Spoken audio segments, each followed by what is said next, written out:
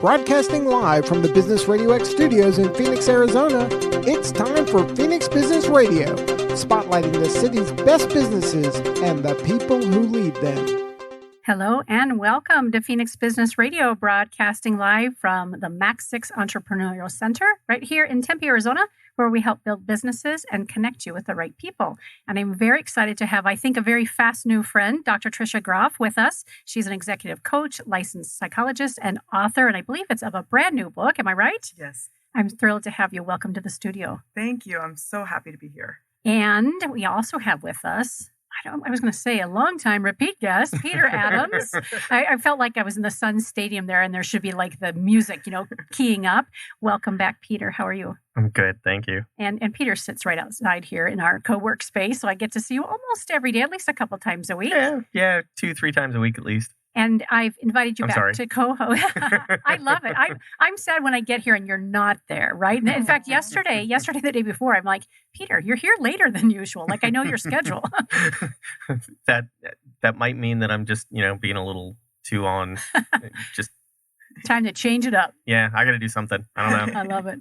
So the reason why I've asked Peter to join us is because he was the one who enthusiastically said, you've got to meet my friend, Dr. Tricia Groff. Oh. She's got this great book. I put it in the library and I'm like, okay, yeah, I think we need to meet and come and co-host this with me. So either one of you can speak to it. How did you two connect and meet and where did the love fest begin? Well, it goes back to meetups when we actually, were able to meet in person. We both started going to this entrepreneur meetup, Tempe Entrepreneurs Meetup, and we've always connected and kept in touch, and that's where it all started. I love it. Yeah, and it's interesting to me with relationships how some of them just keep on working. But with Peter, part of my love fest with him professionally is that there's a lot of times where you have to follow up with people to make sure that they're doing or helping in whatever way they're trying to help. And so whenever I would get stuck on my website, I would reach out to Peter and be like, Peter, help. And what's intriguing to me is that you always respond before I get a chance to follow up. And so with him as a person, there's always been that consistency and reliability that makes me trust you from a personal standpoint. So, yeah. Appreciate that. So then you'll have to tell us, we'll have both of you introduce yourselves as far as what you do professionally. I've just kind of dropped a few hints and Tricia helped do that. So Peter, if you could start first, tell us who you are, the name of your company, and what you do professionally. Sure. So Peter Adams, I own Soul Minion Development. We are a professional software development, technology strategy, and cybersecurity consulting firm. So we talk tech with pretty much everybody and just help make sure everybody's set up, ready to go. They're not ending up in headlines like Colonial Pipeline and everybody else, where we kind of prefer our clients to not be in the news for that kind of thing. Right. We'd rather invite them here at Business RadioX and get to highlight them in a great way, right? Exactly. Yeah. And so tell us about your career and the book. I mean, we've got a full hour. So this is where Peter and I, and Daryl for that matter, are all here to shine the spotlight in your direction. So go for it. Get us acquainted with who you are and the people you serve. Well, my name is Tricia Groff, and I have about 20 years or more of experience in working with people. And I find people fascinating, right? Because we're sort of squirrely and weird and like all sorts of things. So it never gets boring. But for a long time, I worked in counseling. I did counseling that led into a specialization that I have with high achievers, which is, we can talk about that if it's of interest to you. It's a whole personality where people are kicking butt and they're constantly wondering if they're doing enough. And so along the way, I became just very interested in business. I love business. And I'm finding that a lot of the human variables that I dealt with when I was working as a counselor, it is in organizations, building trust, helping people through stress, figuring out team development. And so the intersection between psychology and business is extremely interesting to me. And so that's what I do now. I work with founders, CEO, business leaders on this. It's almost like a 3-tier piece that I keep an eye on: the person individually, and then what are the intersections among the employees and the team? How is the team going? And then what's the direction of the organization? So I have some people right now that are looking at selling their businesses, some people that are involved with venture capitalists, and so the VC funding is coming in. And so a lot of the organizational dynamics that add stress into their daily lives.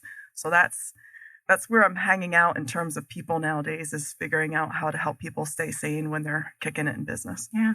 I got to call you yesterday and leave a message because I was having difficulty sending you an email. And I loved your voicemail because you introduced yourself beautifully, like you did, of course, just now. And then you also said, and just by the way, something like that, I'm no longer counseling, but what I am doing, right, or I'm no longer offering services as a counselor, but here's what I am doing. You spoke to this executive leadership piece. Do you mind if I hope I am not putting you on the spot? You can ask anything you want. But I love that because it was very clear about the people that you serve. And I'm imagining that people are still reaching out, wanting to have, more general counseling services for, I think, a more general layperson. Correct me if I'm wrong, but you're like, hey, these are the people that I'm really focused on and where my genius lies.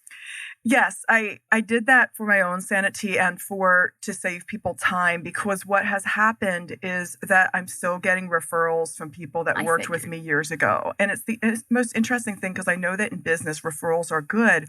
But if you change businesses, like on one hand, it's a compliment, but on the other, it's like, I heard that you do this and this. Can you work with me? And so I added that to my voicemail just so that the caller can instantly move on to another resource versus waiting for a call back and navigating that whole conversation. Well, the other piece of it for me is that it really speaks volumes about how I think it would be to work with you as an executive leadership coach and a guide, right? Because clear boundaries.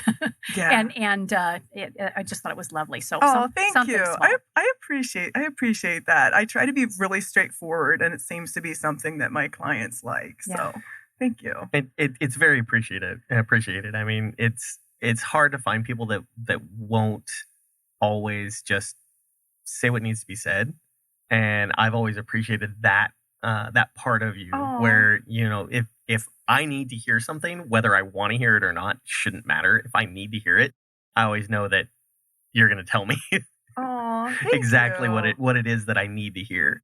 Whether it's not necessarily that it's not mean, it's just, hey, this is happening and you need to be thinking about this. And usually in the back of my head, I'm going, yeah, I kind of do. Well, I really appreciate that, because it's hard for me. I always have to take a deep breath. And what goes on in the back of my mind, especially in my professional life, is, Tricia, these people are paying you to tell them the truth as you see it. So if you don't, who's going to?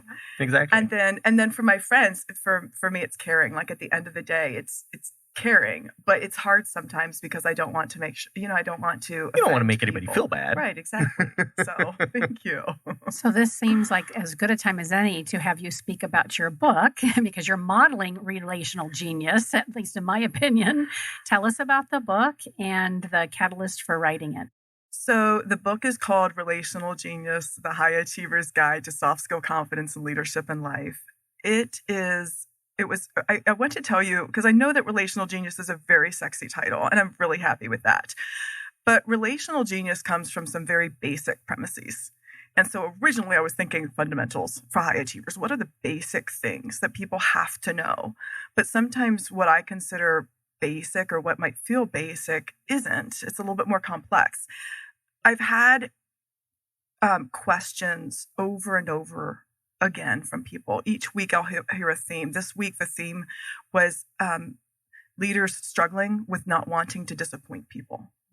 And so how do we cope with that very human intersection of business? And so I wrote the book to lay out these themes that I hear so many people struggling with, or information that they might need.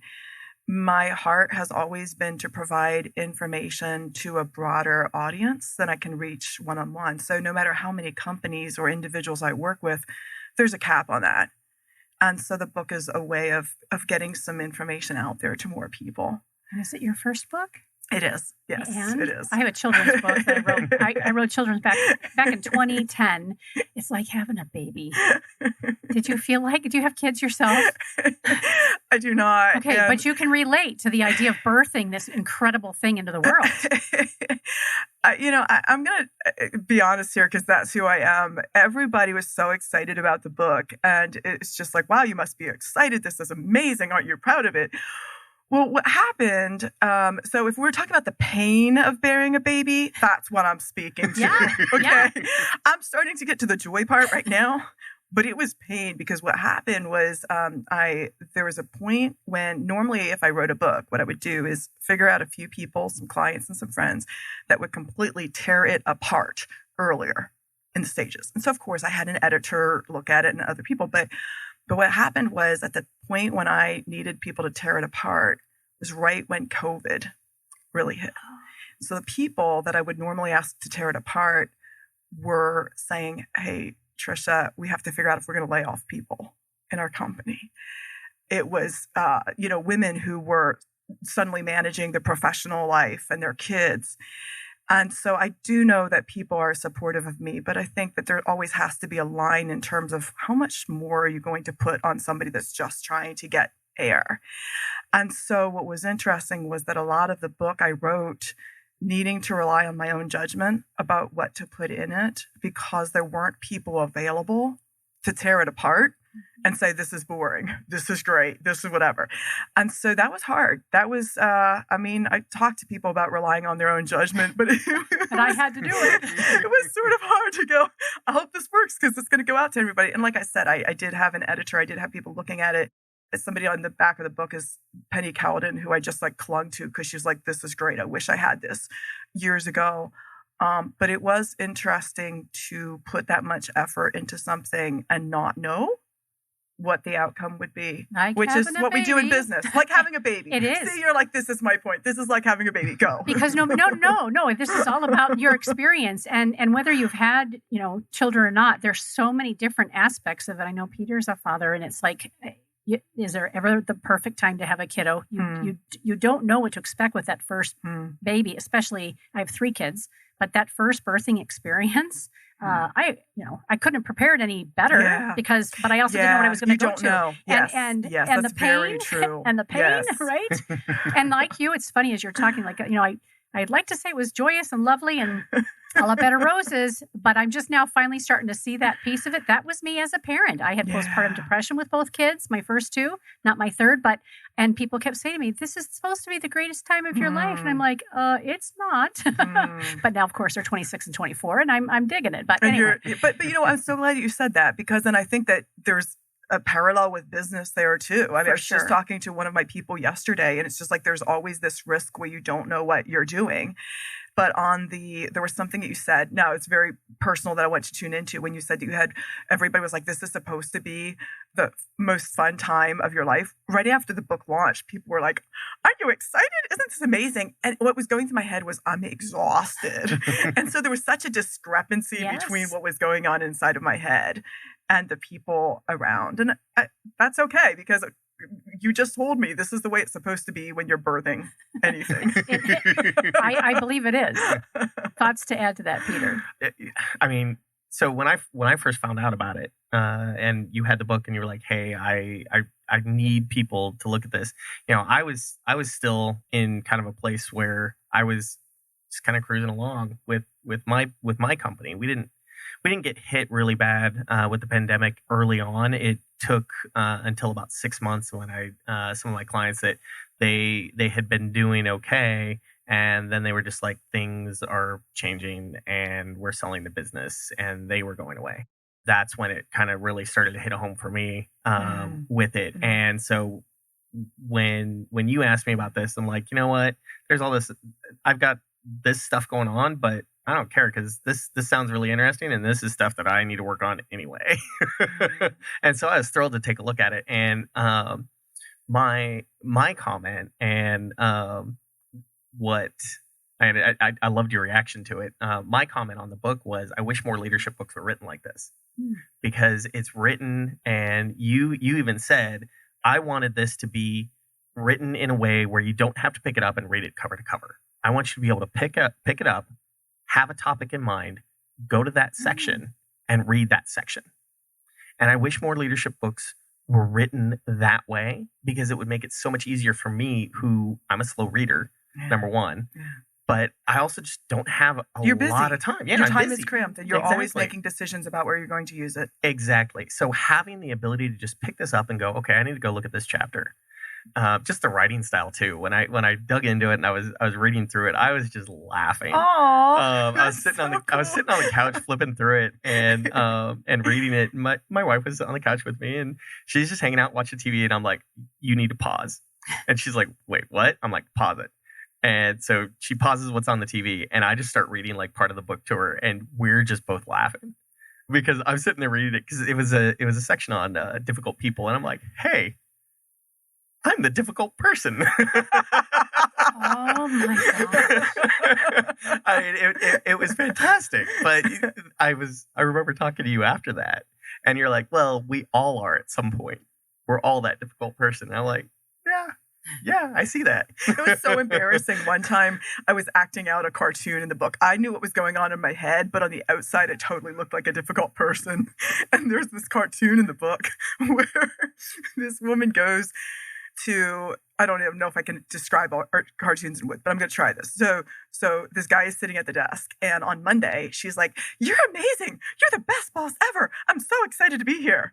And then Wednesday, she's like, you hate me, don't you? You're going to leave. And so it's that, like, where people are just flipping and you have no idea where it's coming from. Daryl's only been with me for, 5 days now, our new producer, who's doing a fantastic job, by the way. But I think we went through those phases already in just a short week of being together, right? Doesn't take long. No, I love it. Oh, my gosh.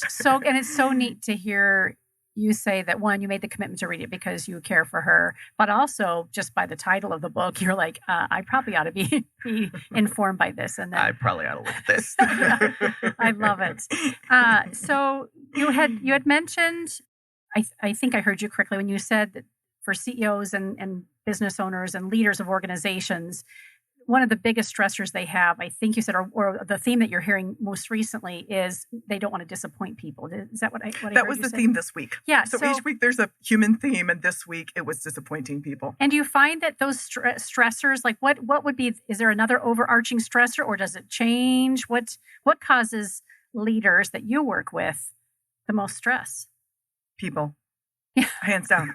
Serious. It's interesting to me because I'm going to go on a rant for a tiny second. Go for it. It's the fundamental building block of business. When you think about it, no matter how large a company is, whether it's global or a little mom and pop, the foundation is people and the decisions they make. If there's product involved, it's people that are making decisions about the product.